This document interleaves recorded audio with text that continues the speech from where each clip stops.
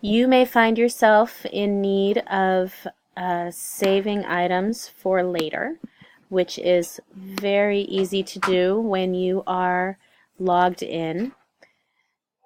Each search result will have a series of icons, and the thumbtack is an icon for saving the item.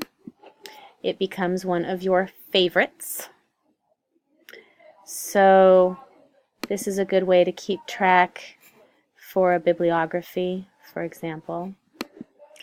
So I have 3 saved items.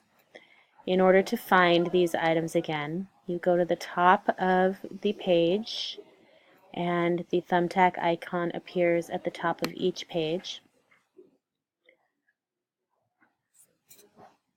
Finding those favorites, I've clicked on my, oops, going a little slow, clicked on my list, and there are my favorites just below. And it is easy to delete them as well.